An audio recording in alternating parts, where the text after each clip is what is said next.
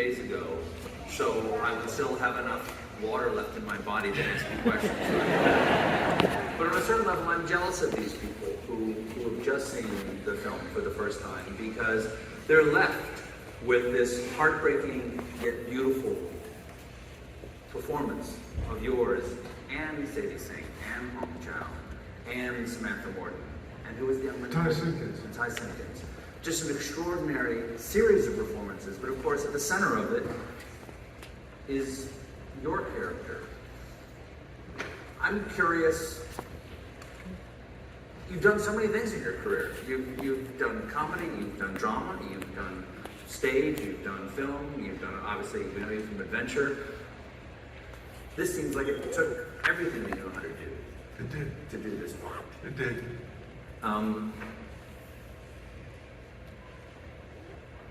What did Darren Aronofsky say to you? How did he explain this to you?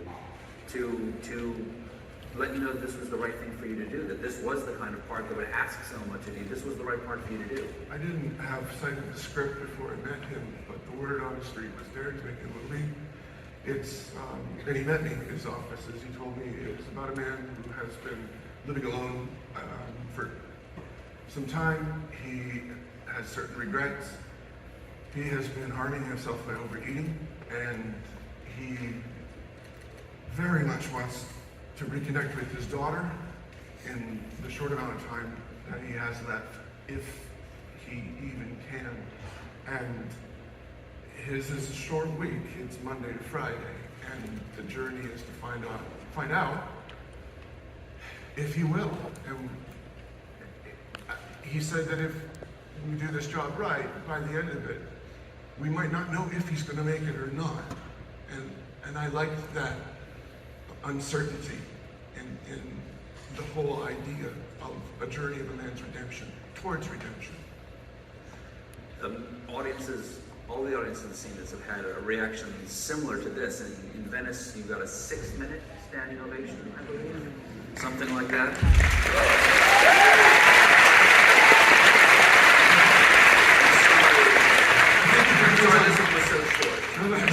It depends on who's holding the stopwatch. Excuse me. Well, what is that like? What do you do in that moment? So there you are, you've worked on this project that you love, and now you present it to the world at the Venice Film Festival. What do you do with yourself for 6 minutes? It's a long time. Well, the first 3 or 4 was crying back at the Italian audience and bowing with my castmates. And then I thought, well, if they don't shut up, I can maybe make a quick exit left. I got about 2 steps that way, and they were, no, take bow. So he's the boss. So I did. And it was not what I anticipated, but it was a wonderful affirmation of everything that we've done to bring this to a place to give the movie to you, the audience, to the world. It's for you. It's the reason why we're here.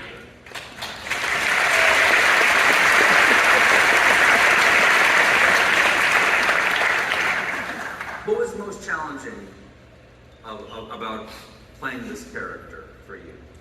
It was learning the role. And we had, A24 gave us 3 weeks to rehearse this. And film companies never budget for that amount of time. Have you gotten that kind of time before? Never, no. There was a 1-to-1 set taped out in a rehearsal hall with standby prop furniture and everything. We were sharing the Charlie's home base's couch with the builds because there wasn't enough money for another couch, so it was going back and forth between rehearsal and the set. But we learned this, as would do a company for a play, which it's based on, by Sandy Hunter. And on day 1 of the rehearsal, after we'd done table readings, he stood up, and Darren stood up, and he said, "We are a theater company." And we took to our feet and walked towards the taped out set, and I went to go walk onto the set. He went, "Stop. Use the door." So I had to go all the way around and use the door to not, pantomime into the wall, because we had to observe the reality of it. And from there, everything was about what Charlie's journey is towards his desire for honesty from his students, for his quest for authenticity. And We learned the role, the part we all did together, as we could have given a pretty good first preview, I think, by the time we got on set, because it was like a submarine crew. It's a small film shot in the time of COVID.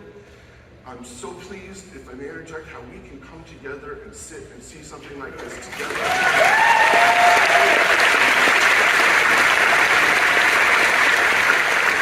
I just also say that there's something I learned about working at that time, is because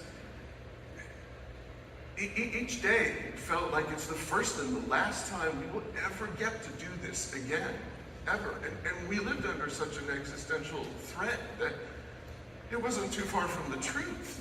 Isn't that close to an advice that Ian McKellen once gave? Yes. Well, please tell me that story. I don't remember the context of it. I used to make breakfast for him. On Gods and Monsters? Yeah, on Gods and Monsters. He rented a small bungalow up in the hills, and I drove him to and from work because they tried to take him to work in a Datsun pickup, and I was like, "Do you know who this is?" Get in my Honda, pre. And we would rehearse, we would read, and he said to me, he said it's the first and the last time you ever will. It's the first and the last time you'll ever do it again. And when you go to perform. Yes, it made sense, because it's a privilege to give a performance, particularly on stage, because it lives and breathes in that moment, and it has to be right then, for eternity. Although you get to go back and do it again if you behave yourself well.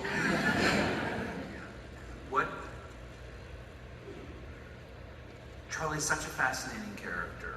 He is so thoughtful, and yet you see in his physicality and his obesity and what he has done to himself, that it seems like a thoughtless thing to be doing.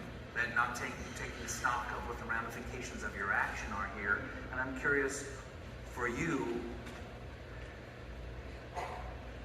how do you perceive that as a universal thing among people? That his behavior, how does that reflect has that been reflected in your own life in any way? And I don't mean to this extreme, but what do you perceive in his behavior that is common to all of us? This is a film about hard-won hope. And Charlie is, he's a light in a dark space, a lighthouse at sea, if you will. And he has a superpower, a secret superpower, which is to bring out the best in others when they can't see that in themselves. And the sad thing is, he can't see it in himself. Basically, he's a light in the darkness, but he hides himself physically. He does, he hides, he protects others as he believes to be their shame. The reason his camera is turned off for his students. Or the $20 is in the box. Right, and to the audience, I say the audience because the pizza guy really is us. The pizza guy is on the outside looking in, who is in there. And when finally he is revealed to him, it's a combination of astonishment and disgust and dismissal and everything that we would fear about being revealed when we have something to protect from anyone else knowing. And if you asked me earlier what the hardest thing about this was, it was just being as brutally honest as I could about whatever choices we had to make it work. A theme running through Aronofsky's work is the protagonist's relationship with their own body. The wrestler, Black Swan, those are both people who are in very specific relationships with their own body and their own craft in a way. You've done a lot of your own stunts and action films. You have your own everyone has their own relationship to their own body. Do you relate to that pressure you put on yourself for a job or for whatever private reason someone might have? Physical pressure, things you do to yourself. I was trained in physical combat and stage movement and clowning and dance and mask work and all of what you would do in a conservatory program from 86 to 1990 in Seattle, Washington at Cornish College. I got a BFA and I thought I knew it all. And I went to Hollywood, and I even brought my diploma with me to meet an agent. And I did. Oh my God. He just kind of looked like, what is this?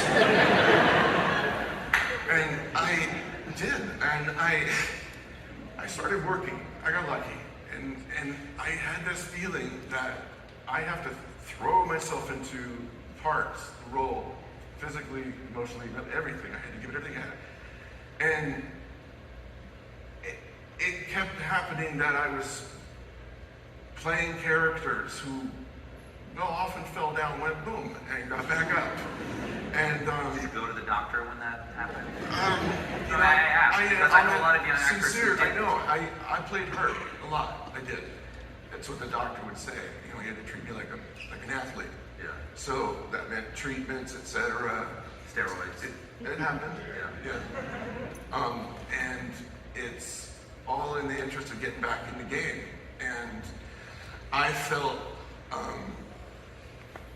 beholden to comport myself because of my position, and I really wanted to earn my place there. And I may have been trying too hard. I really think, if I think about it now, because I had to take a break for a while, and I've learned since then, tender age 53, that I don't have to work that hard. I can work smart now. It's easier.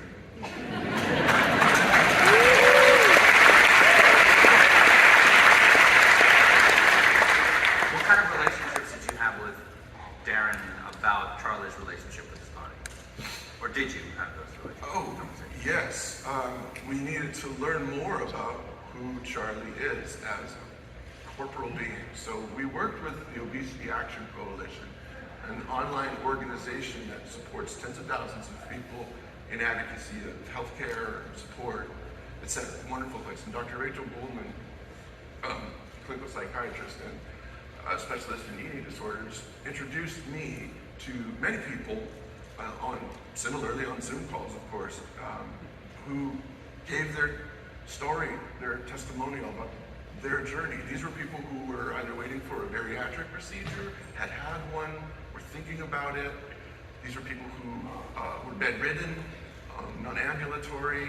These were people who had turned their life around and come back so that they can support those who are trying to do something to get help. And I was so touched by how honest they were with me. And after speaking to them and learning about how food was an addiction to some, with the same dopamine receptors in their brains firing off as would be with any other vice, pick the greatest hits, whatever, it's all the same thing as what they were saying. And it made me think, it's not your fault. It's not your fault. It's not fair.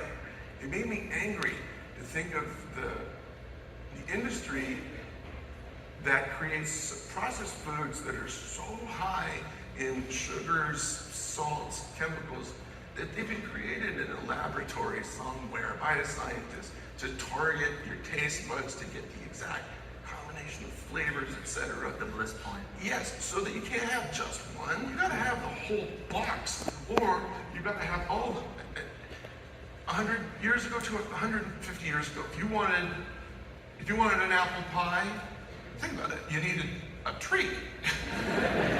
And you needed an oven. You needed someone who probably really loved you a lot, or you had a lot of people to cook it for you, you know, and it was a big deal. And it should be. But now we can pull these things out. You've got 19 just dropped in your lap. So it's not fair to a guy like Charlie, as vulnerable as he is, he's defenseless to not feed that addiction that holds him. Now, he is someone who is clearly carrying a lot of trauma and hurt, and it's poetically manifest on his body. So for what he carries on his body, it's the amount of hurt that he's put himself through for his life's decisions and circumstances. And to learn the relationship, to have that body. I worked with Beth Edwards, who was she danced at the Loveless Company for I think 8 or 10 years. She's a movement coach, and we had to learn the physics of Charlie merely standing up we looked at Olympic deadlifters, we looked at sumo wrestlers. I like those ones. And we were always certain to make sure that everything he did was in the interest of obeying physics and gravity.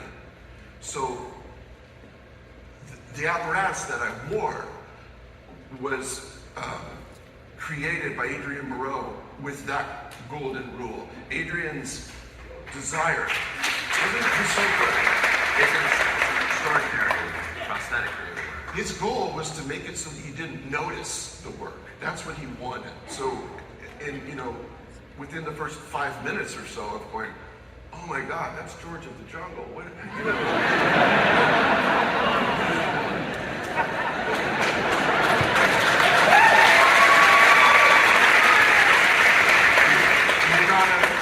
you gotta let the seams disappear. And this was all a costume and makeup, an apparatus, a harness, a 5-point harness. Did you do mask work at conservatory? I did, yeah. Mask, and then the mask transforms you. In what way was the apparatus itself a transformative Kind of the other way experience? around, because if the mask transforms you, I needed to work from the chin up. And with Lecoq mask technique, you take the face away, you work with the body. So it's interesting because I certainly recalled all of that. So to create this performance, Charlie had to,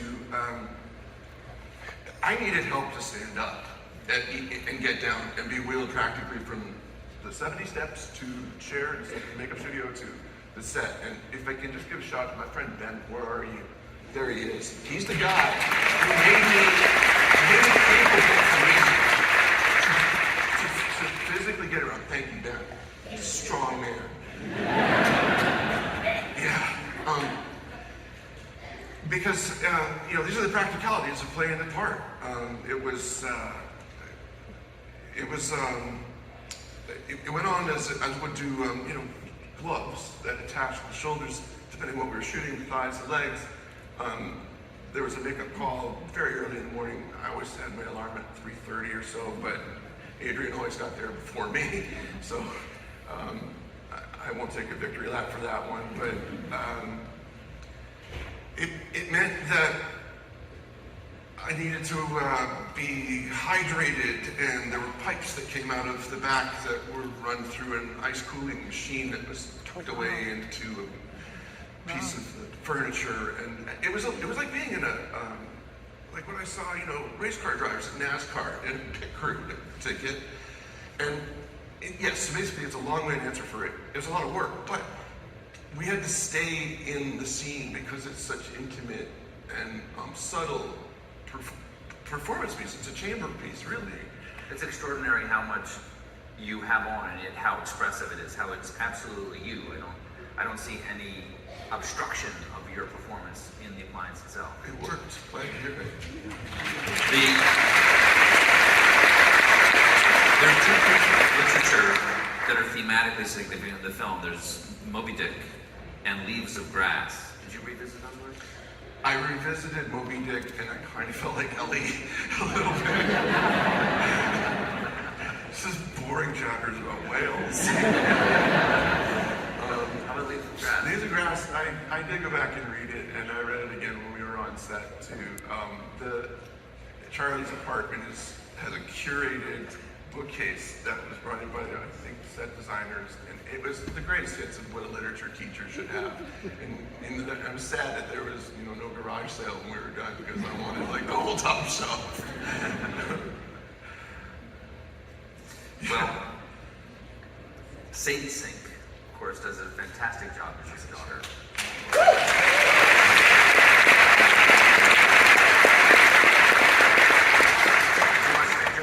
Absolutely. She stared down Vecna.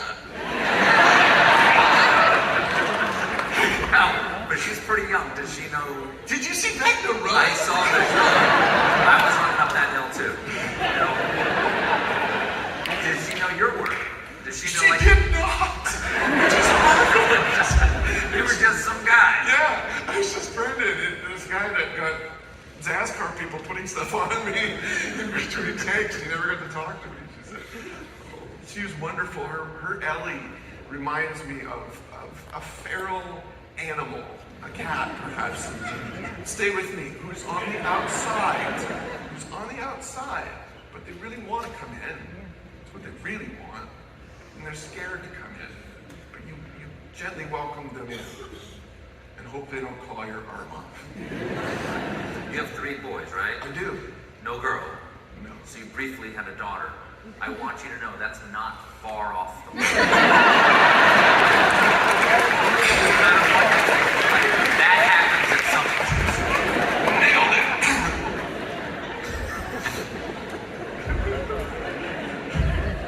it. Sadie's character sometimes challenges and other times affirms Charlie's belief in the essential goodness of people. Yes. He's an optimist at heart. How about you? I am too. Yeah. I think we can do better. And I think a film like this can open hearts and minds so we can possibly start to change the dialogue about how we refer to people who live with weight gain health issues. Obesity is, I observe, probably, if not the last domain of accepted, bigoted speech that as long as we're ticking boxes off here in terms of things, you just can't do that anymore. I think this belongs on the list.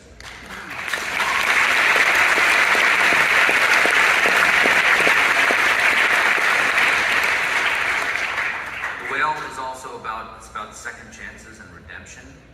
And does that resonate with you? Yes, it does. It does.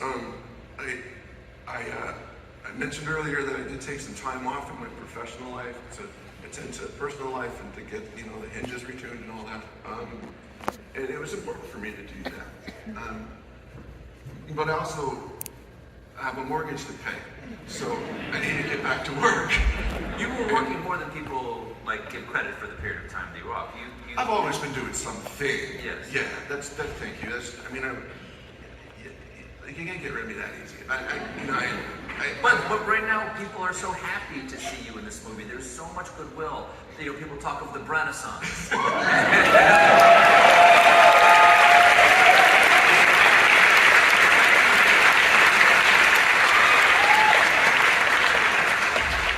How does that feel?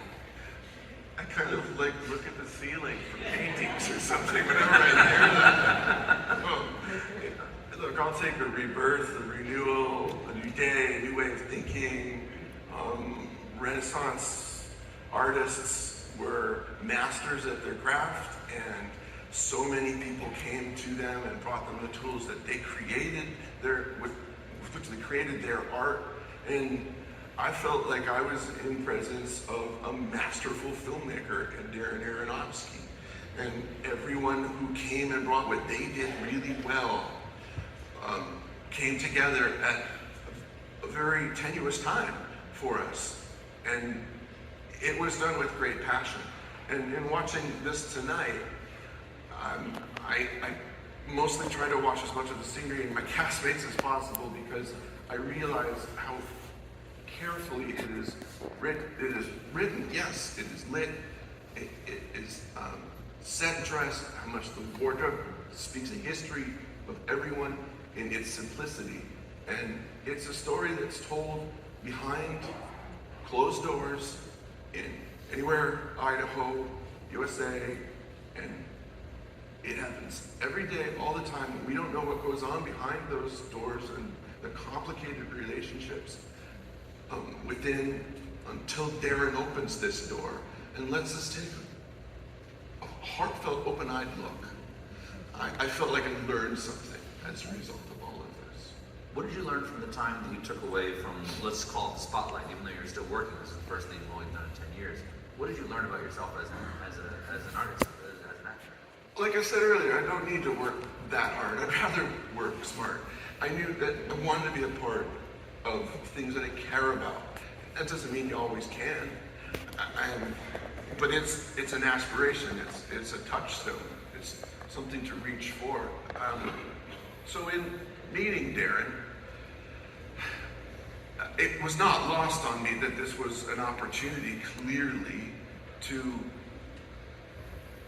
reintroduce myself, but in a way that would have more of a meaningful impact by it being the absolute polar opposite of what anyone would possibly expect me to do in order to catch their eye.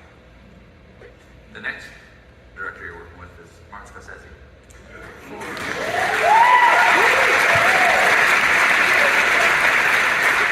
Killing of the Flower Moon. You've already shot, I understand. That's right, yeah. Okay. That's with, let me see here. Who's in that? De Niro? Yes. Leonardo DiCaprio? Sturgill Simpson? Yes. Tell me about compare working with Scorsese to working with Darren Aronofsky. Two great directors. What's the difference in the style? How do you approach it? Did you get a rehearsal time with Scorsese? Scorsese loves to rehearse. He really does. He's excited and almost wizardly. You know, he's excited to find out how are we going to do this. He pushes chairs around himself and says, "Try this, try that," and so they're similar that way. I mean, they're storytellers in that regard. They both love the actor's process, which I was delighted to find out. Scorsese, he can shoot a courtroom scene in rebuilt space in Oklahoma, looking like it's brand new Federalist architecture that has a seated jury and audience much the size of the one we were before, with authentic actors who have real connection to the world of that film. He can do it with quadruple coverage. That means here, two-shot, wide shot, all at the same time. It feels like you're living in an opera, minus the music. It's incredible. It's incredible. It's a Western. Do you ride a horse? No, I don't ride a horse in this, but I do ride. I have done. Yeah. Oh, yeah? Yeah. I had a horse. My horse is gone now. His name was Pecos. He was a good guy. I got it in Mexico while shooting a Western. And he's big. He was like, depending on who's bragging about him, 17 hands, 18 hands, and it was Durango, Mexico, and way where this is where John Wayne shot the look of the Western as we know it. And when the project was over, I just had this feeling that I don't know if these horses are gonna, what's gonna happen, and mine kind of looked at me like, oh, so this is it? And I said, come on. So You don't get to do that with your co-stars often. Well, I was going to say I put him on a FedEx to get him home, but I don't do that with a co-star.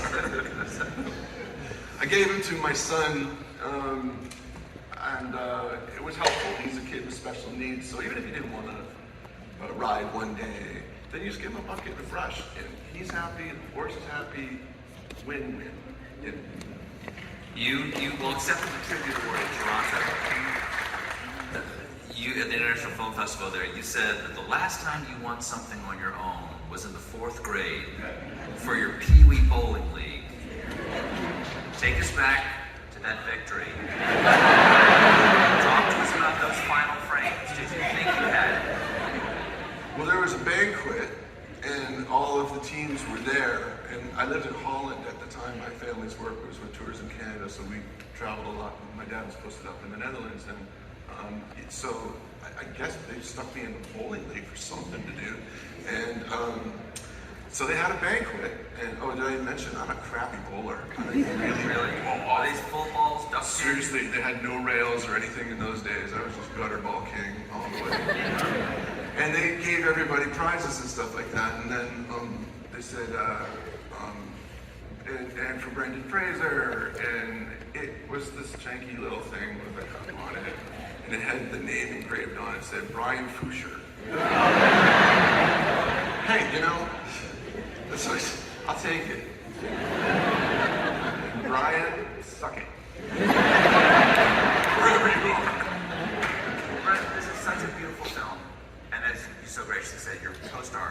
such amazing performances, and Darren presents such a wonderful story of the original play, whose author escapes me at the moment. Samuel D. Hunter. Samuel D. Hunter. And beauty comes in many forms, but always it has something to do with making our day better, making the world better, making it someplace that we can love being in, and being with other people that we can love.